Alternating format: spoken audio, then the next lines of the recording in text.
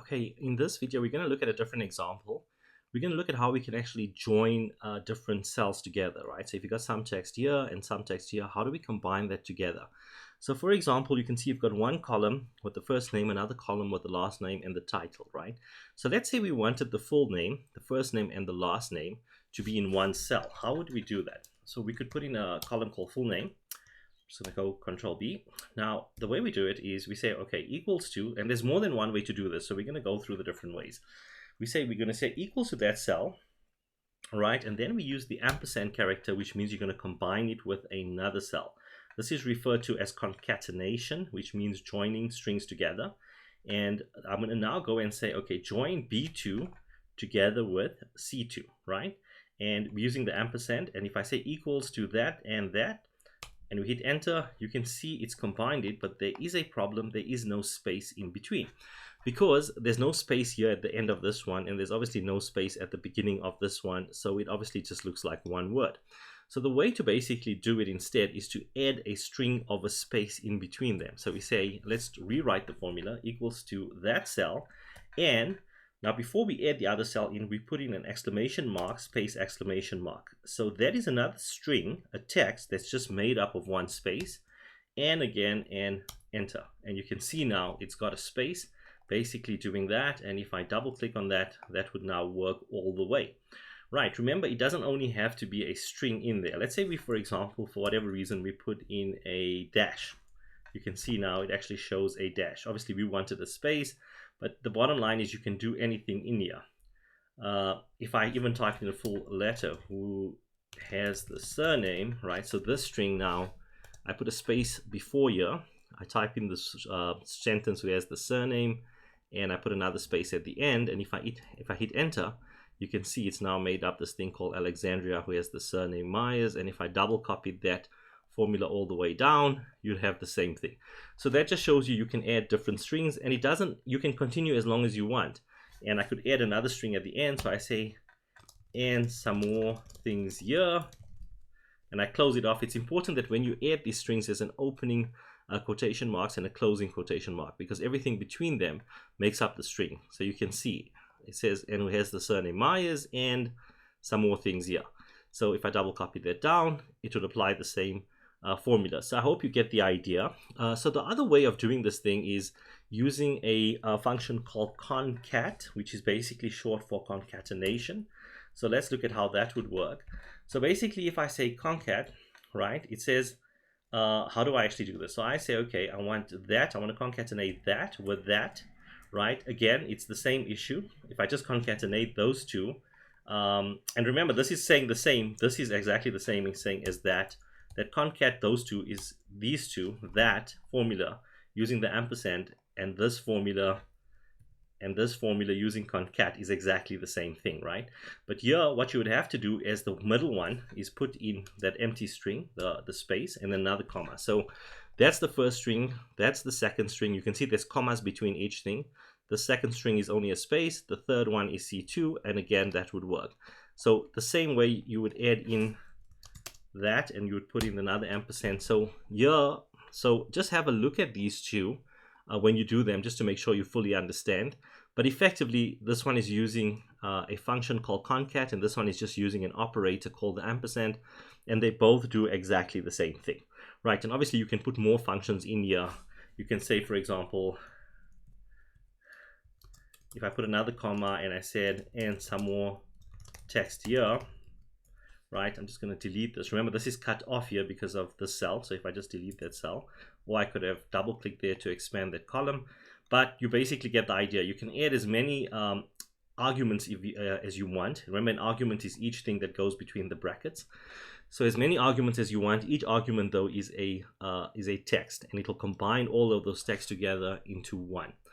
All right, so that's the concat feature. There's one more feature that we're going to now look at, which is known as the text join. Now, the text join gives us a couple of more possibilities. So for the text join, let's go to formulas, insert the function, and let's find the text join. Here we go, the text join, right? There we go. So what it basically says is, what is the delimiter, right? So the delimiter is what is it going to put between each string that we're going to combine. So this is the big difference. With the text string, we're going to give it a delimiter. So let's say we wanted a space, right? So we put in the quotation marks with a single space. Later on, it says, what should we actually do with empty cells, right? And you'll see, I'll explain to you later. We'll come back to this one. But it says, which is basically the text that you effectively want to join. So we could, for example, say it's that, and then for the next one, we want to join that as well, right? So B2 and C2. So we want to basically join these, and we want to have a space between all of them, right? So if I say okay, you can see that does immediately work. And if I wanted, let's say, a dash between them, I would do that. Now, what's important here, if I just click on this function key, remember, I can also add in a third one, right? So, okay, what I'm going to do is I'm going to add in the title as well. So here, right, at that point, before the B2, right, before the first name, we're going to put in the title and comma, right?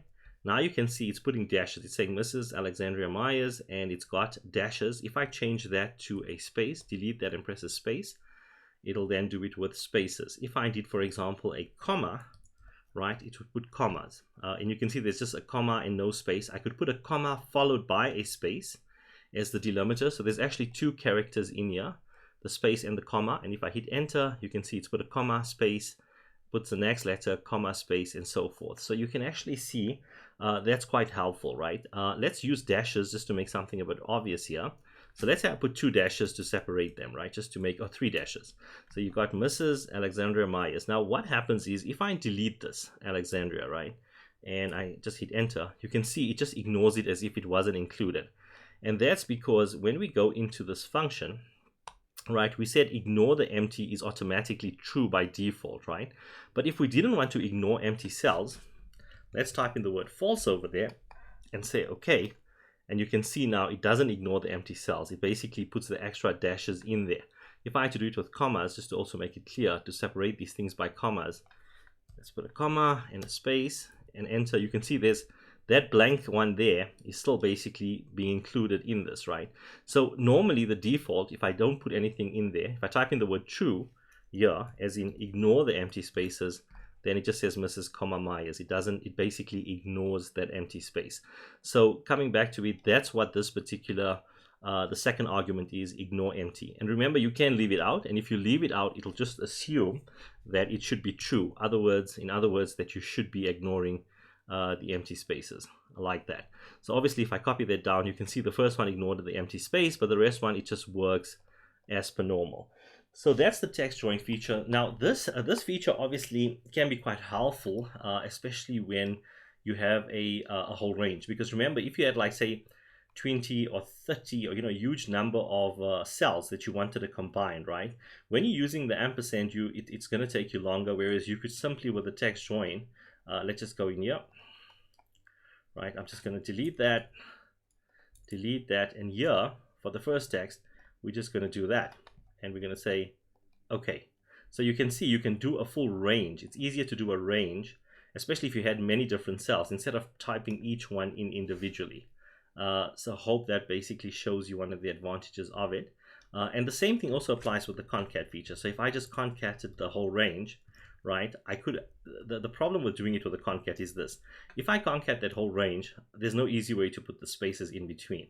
And this is where text join, because if we knew that between every single cell we wanted a space, we can actually select a whole range. Whereas with concat you can't, because each argument you'd have to put each one separately. A3 comma space comma B3, and then a space and C3 and so forth. And that's the same issue you would have with using the ampersand operator. Whereas when you're doing a text join, because you have a separate field telling Excel what do you want between the cells, you can select full ranges.